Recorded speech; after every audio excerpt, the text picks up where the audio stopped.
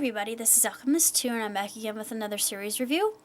I had been very intrigued by the whole prospect of Emerald City. I had seen just blips and clips and nothing very substantial about it.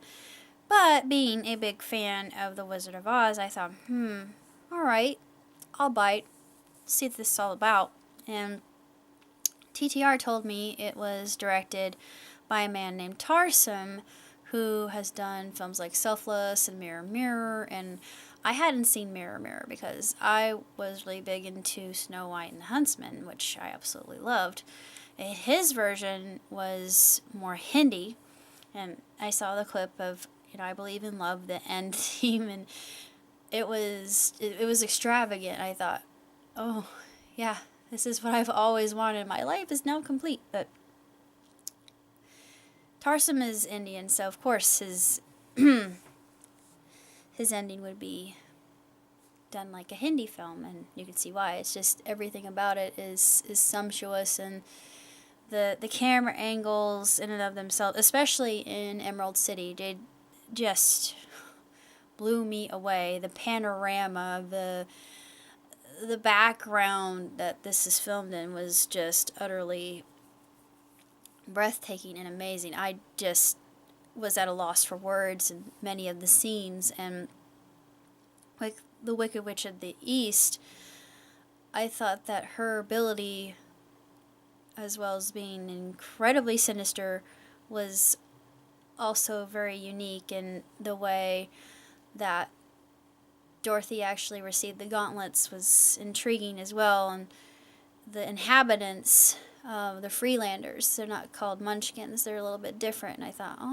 they're more native to the land. It's sort of like a parallel to our Native Americans, and I thought, oh, that's a nice take and very unique view, very, very creative, and just his mind is just rife with innovation, it seems. And there were a lot of scenes that were really creepy. I thought, ooh, this is going to be a darker version of it. And there's also a little bit of steampunk involved as well, with a monkey. And the monkey wasn't flying, it was just a droid. And I thought, this was a droid that was found, and it was used as a spy. I thought, yeah, that, very clever. Everything about this is just so different, and I really like it, and I like the fact that it's a little bit darker, and I'm thinking that Baum actually wanted it to be darker. I don't know how Frank would have responded to this, but I always liked The Great and Powerful Oz as the prequel just because of the way it was done and how the Wicked Witch of the West became the Wicked Witch of the West. It was due to jealousy, green with envy, that whole thing. Haha. Oh, it's so funny, but in that case, it's the same thing with Elphaba, but you realize that she goes about getting her, she doesn't know her true heritage. Yeah. I mean, there's so many different versions, and all of them in their own way I love, and just how diverse and how the perspective is altogether shifted on different characters, and I'm very excited that they made Dorothy Hispanic, because I thought that was a very unique way to introduce her character, and as a healer too. I thought, yeah, that's new and different. And then we have a character named Lucas, and of course Luca in Italian means light, so yeah, and he comes across as a very messianic character too, due to how he's out in the field. That's Scarecrow, but he's out in the field with barbed wire around his arms, and a spear wound in his side. I thought, if that's not an allegory for Jesus Christ, I don't know what is. But I thought, that's very intriguing why they would do that to him.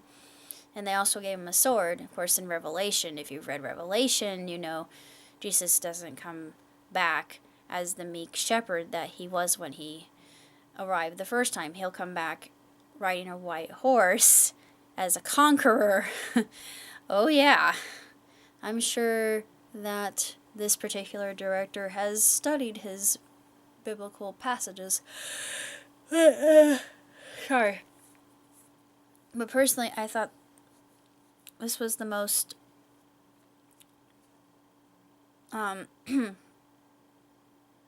visionary version of Wizard of Oz I've seen. And of course, I'm speculating about the emerald tattoo on her hand, the 5 dots. What could those 5 dots resemble? I wonder. From the very get-go, when she's left at the door of the Gale house, you think, Gale, wind, of course, tornado, it all connects. That's understandable. And of course, we have the opium and the poppy, and then some strange voodoo with the Wicked Witch of the East. That part was just cringeworthy. I mean, it was very disturbing to watch, but it was cool just how they did that. And I have to say, for a very sinister woman, she wears a smashing ensemble. Love those gauntlets. And you know, in the original it was silver shoes, so they went with the movie version rather than the book version, which I don't really quibble too much over, although I prefer silver shoes just due to the fact that it's more accurate. But ruby slippers are just as good, and the ruby gauntlets were very, very impressive and extremely catching to the eye, very pleasant and very aesthetic. And I thought, oh, she accessorizes well. That's, you know, the girlier part of me coming out. But what else can I say about this?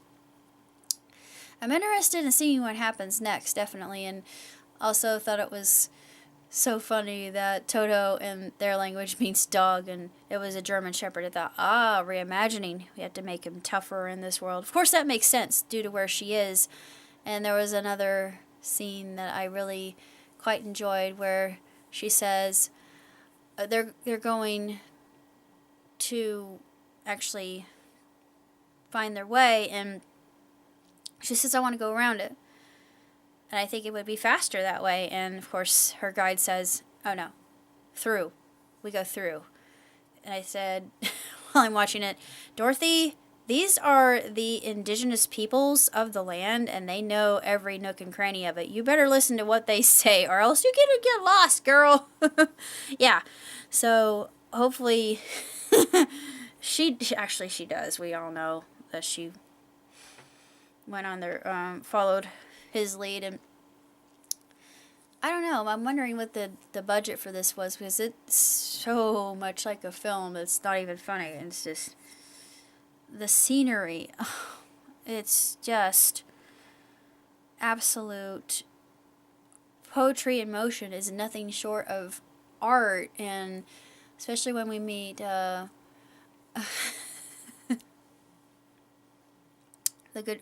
titular good witch, you know, and Gwendolyn, and it was just,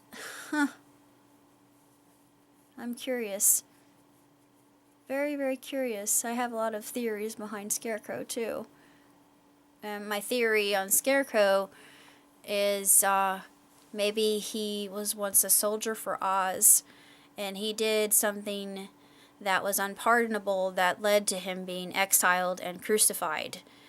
And he was punished severely due to the fact that he betrayed Oz's trust. Or maybe I'm thinking it was rebellion. That's my thought. That's just this one thing. Or he flinched when she tried to touch his head. So there's something. He has amnesia, and I'm not sure how he got it. I don't think that they gave him a lobotomy, or he would be able to speak so eloquently as he's able to. I'm thinking that he might forget how to be a soldier, because I just have a feeling he's a soldier because he's got that broadsword. I don't know if it's a broadsword or a claymore or what it is or whatever it is, but it's a warrior's sword, as you can see. Like I said, there's a lot of allegory going on here, and there's a lot of things that are up to speculation. I'm already speculating, and I'm wondering if my theories will hold up. I'm, like I said, curious about the 5 dots on her hand. Why is that there? It's an emerald. Yeah, there's something more to that. And 5 is the number of the Gospels. It's the number of man. I'm trying to think of what else, numerically speaking, 5 would symbolize, and I can't come up with anything else. So I'm just wondering if anybody else out there has any theories that they're going to throw around, and we'll talk, and I'd love to hear them. That's all I got to say about Emerald City, and I'm so eager to see what next episode has to bring for us. So this is exciting. Till next time, live long and prosper. Ciao, Tsitsi.